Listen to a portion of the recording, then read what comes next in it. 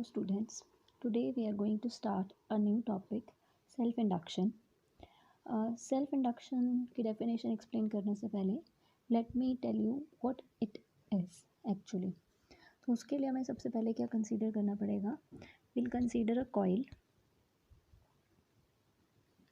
एक coil ले लो, उसके साथ एक बैटरी और एक टैपिंग की हम कनेक्ट कर रहे हैं. बैटरी की EMF है E, K से की को कनेक्ट कर रहे हैं और जो हमारी कॉइल है उसकी इंडक्टेंस L. अब देखो इनिशियली जब करंट ओपन है तो करंट क्या होता है 0. जब आपकी की ओपन होती है तो करंट क्या होगा 0. जैसे ही आप इस की को क्लोज करोगे तो आपका करंट राइज करके क्या होगा I. कुछ भी वैल्यू हो सकती है, that depends on the EMF और जो कॉइल की रेजिस्टेंस होगी उसके ऊपर डिपेंड करेगा. तो आप देख रहे हो कि इनिशियली जब आप की को क्लोज करते हो, की को जब हम क्लोज करते हैं तो करंट आपका चेंज होता है फ्रॉम 0 टू I. तो यहाँ पे हमारा करंट क्या हो रहा है, इंक्रीज हो रहा है. ठीक है, इंक्रीज होना मतलब देयर इज़ अ चेंज. और हमें पढ़ रखा है फैराडेज लॉज में कि whenever there is a change in current, change in current से क्या होगा, मैग्नेटिक फ्लक्स लिंक होगा. मैग्नेटिक फ्लक्स लिंक होने से क्या होता है, EMF इंड्यूस्ड होगी. और EMF इंड्यूस्ड होती है, जो लेंज लॉ ने हमें बताया कि जो इंड्यूस्ड EMF होगी उसकी डायरेक्शन क्या होगी, in such a way that it will oppose the cause of its production. ठीक है ना, यही होता है. क्या हो रहा है कि करंट चेंज होने से, करंट चेंज हो रहा है, magnetic flux link, magnetic flux की वजह से EMF इंड्यूस्ड. और EMF इंड्यूस्ड जो हो रही है उसकी डायरेक्शन क्या होगी, it will be in such a direction that it will oppose the cause of its production. तो यहाँ पे हमारा जो करंट है इस कॉइल के अंदर, करंट की डायरेक्शन तो पॉजिटिव टू नेगेटिव ही रहेगी, ये तो कोई सोचना ही नहीं है.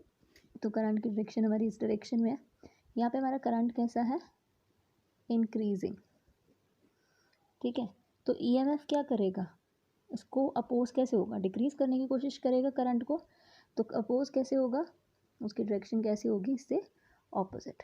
तो ये EMF की. इसी तरीके से अगर मैं दूसरे तरीके से देखूं,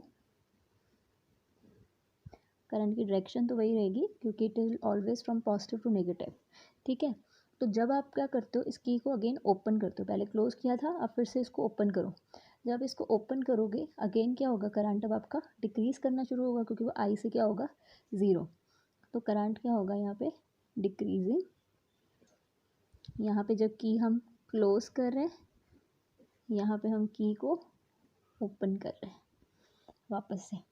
तो जब करंट डिक्रीज हो रहा है, डिक्रीज होने का मतलब again there is a change in current. Change in current मतलब मैग्नेटिक फ्लक्स लिंक होगी. मैग्नेटिक फ्लक्स लिंक होना मतलब फिर से इंड्यूस्ड EMF प्रोड्यूस होना. EMF इंड्यूस्ड होना यानी कि उसकी डायरेक्शन क्या होगी, it will oppose the cause of its production.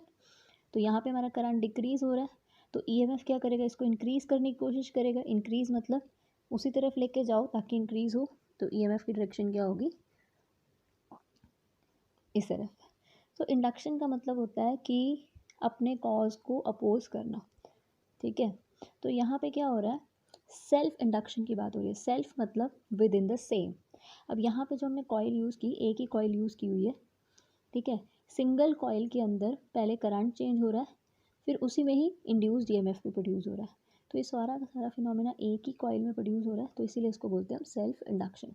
तो सेल्फ इंडक्शन की डेफिनेशन देख लेते हैं. The phenomena according to which an opposing induced EMF is produced. एक ऐसा फिनोमेना जिसमें एक इंड्यूस्ड EMF प्रोड्यूस होगा. इंड्यूस्ड EMF ऑब्वियसली बात है अपोजिंग ही होगा. ठीक है, एज अ रिजल्ट ऑफ किसकी वजह से प्रोड्यूस हो रही है, किसकी वजह से, चेंज इन करंट. करंट के चेंज होने की वजह से हुआ ना, या फिर मैग्नेटिक फ्लक्स की वजह से. ठीक है, with in the same coil, एक ही कॉइल के अंदर जब हो रहा है तो उसको हम क्या बोलते हैं, सेल्फ इंडक्शन. अब इसको हम क्या बोलते हैं, it is also called self induction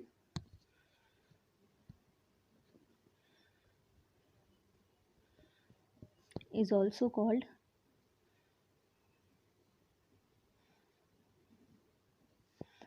back EMF.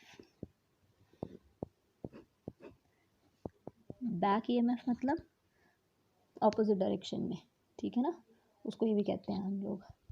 अच्छा, इसको एक और चीज़ भी कहते हैं, इट इज़ ऑल्सो कॉल्ड, एक तो बैक ईएमएफ कहते हैं, दूसरा हम इसको कहते हैं inertia of electricity. Inertia of electricity क्यों? इनर्शिया आपको याद होगा ना, आपकी एक प्रॉपर्टी थी जिसमें वो अपनी स्टेट में रहना चाहता है, ठीक है ना। अगर कोई भी बॉडी मूव कर रही है, मतलब पहले मूव कर रही है, उसको आप स्टॉप करने की कोशिश कर रहे हो, तो अपर बॉडी आपको आगे फॉरवर्ड की तरफ मोशन में रहने की कोशिश करती है ना। जब हम पैसेंजर जो है बस में बैठा है, चलती हुई बस में, तो बस एकदम से ब्रेक लगेगी तो ऊपर वाली बॉडी जो आपकी आगे की तरफ फॉल करती है, क्यों? क्योंकि वो अपनी एनर्जी ऑफ मोशन में रहना चाहती है। सिमिलरली उल्टा देखें, ठीक है, तो यहाँ पे भी क्या हो रहा है, ये भी अपने इनर्शिया, इसको भी क्या करता है, इनर्शिया क्यों कह रहे हैं हम यहाँ पे, यहाँ पे भी क्या हो रहा है, ये जो वहाँ पे भी फोर्स जो है उसकी बॉडी की स्टेट को चेंज करना चाहता था, चाहे वो रेस्ट में था या मोशन में था। जब आप फोर्स लगाते हो तो रेस्ट से वो मोशन में आने की कोशिश करता था, मोशन से रेस्ट में, ठीक है। यहाँ पे भी क्या हो रहा है, जब हम इसमें की को क्लोज कर रहे हैं या ओपन कर रहे हैं, तो क्या हो रहा है, करंट हमारा इंक्रीजिंग था तो ये उसको डिक्रीज़ करने की कोशिश करता है, और डिक्रीजिंग होता है तो उसको इंक्रीज़ करने की कोशिश, मतलब उसकी स्टेट को चेंज करने की कोशिश करता है। तो इसीलिए हम इसको क्या कहते हैं, inertia of electricity. Clear? I hope आपको समझ आ गया होगा।